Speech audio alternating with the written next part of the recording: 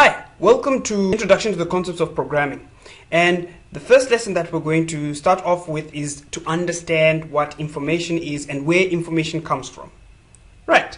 Now, there are these two terms, data and information. And these two are mostly used as one word. But then today we want to clarify that. If you're going to be a programmer, you have to understand that data and information are two different things. So let's take a look at it. Now, data is known as raw facts or meaningless facts, aka nonsense, right? It is simple, it is random, and it is unorganized. What am I talking about? Now, what we're talking about is that when you go out and you capture, when you are capturing anything, at that point in time when you're capturing it, it is known as data, right? An example could be something like this. It's 102, $3, John, Smith, and apples. Let's take an example of a supermarket. A supermarket, what happens is that it has a lot of customers. People will be walking around buying whatever stuff they're buying in the supermarket. And when they come to the teller machine, they just put in an organized manner the products that they bought. And then the computer will be capturing all this data. It will be capturing all this data one by one in an unorganized manner. But what the computer is doing right now, it's capturing that data. Now, what happens to that data when it's been captured? That data is then processed, and when it is processed, it becomes information. Now, what is information? Information is processed data that has a meaningful state. Information is well structured, and it is used for decision making. Back to our example of the supermarket.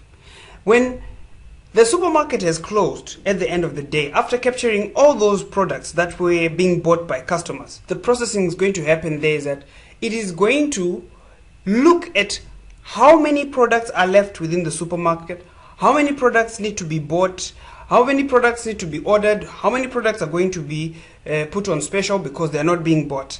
Now that is processing. When the computer says, okay, of all the products that I've captured today, which of the products were the ones that were bought the most? So when it shows you that, well, this thing has been bought the most today, it will actually help you to make a decision whether you need to order more of that stuff and things like that. That's why we said information is then used to make decisions. So data is things that you just capture, right? And then doesn't make sense. And then information, on the other hand, is when it has been processed and it makes sense. That's when it becomes information. So let's take a look at our example that is on the top here. It automatically becomes information when it is put in tabular form, so that we now know that 102 is a client number, John is the name, the surname is Smith, and the product that the person bought is apples, and he bought them at $3. You can make a decision just by looking at this information. The next thing that we want to take a look at is what is a computer. Now, a computer is an electronic device that executes instructions and produces results.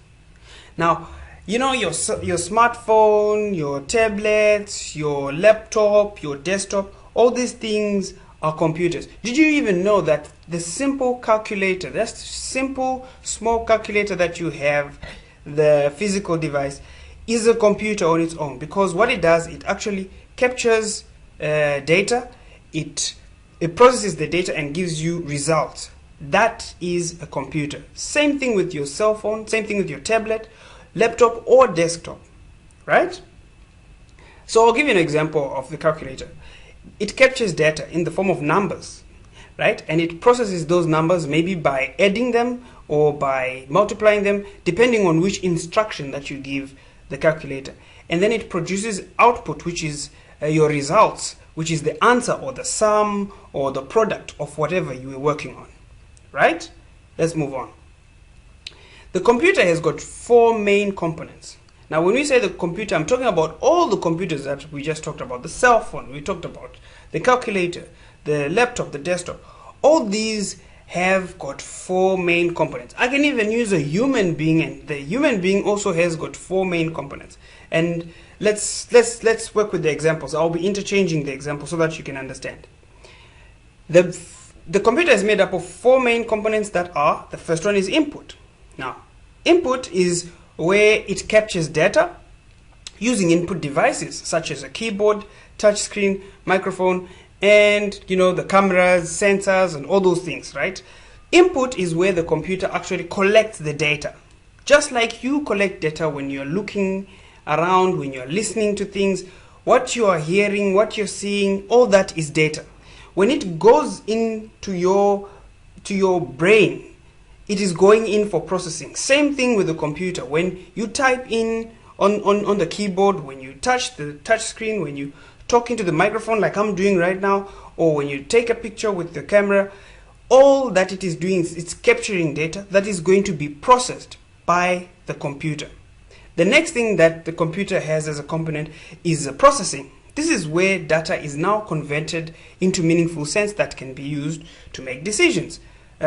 So the data that you captured at the input stage, no matter what type of data you were capturing, if it was text, it was voice, it was images, it gets processed so that it can work for a certain function that you wanted. If it can be processed to be put up on Instagram, it can be processed to record your voice for studio purposes, it can be typing a document so that you can send.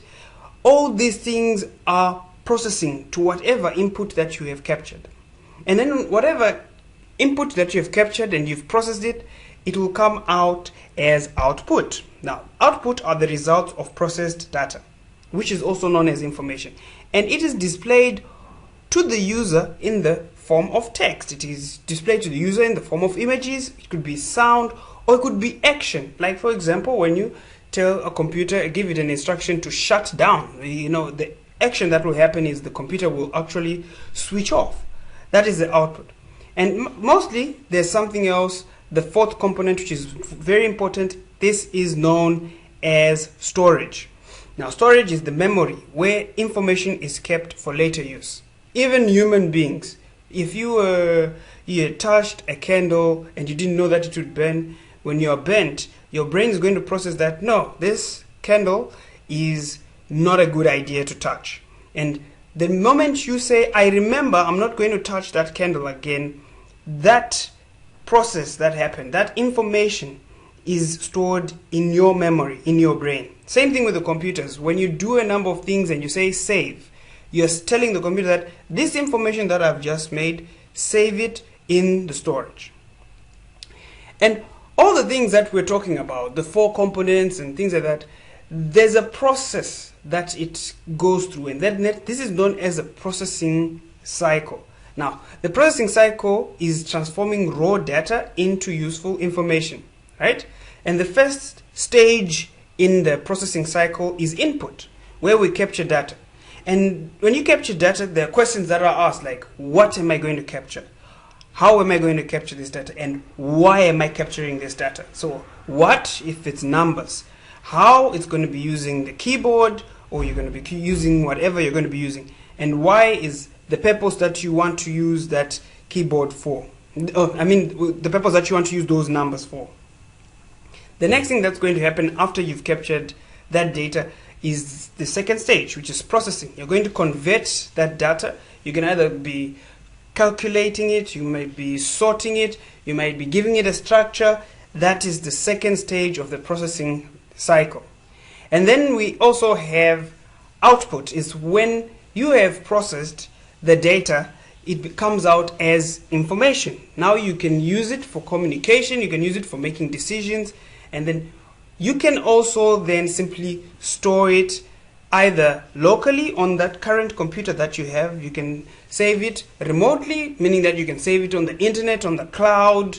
You can save it in another location. That's how technology is advanced these days. So, after all that we have touched on, now you should have a clear understanding of what data is and what it takes to move from data to information. Thank you.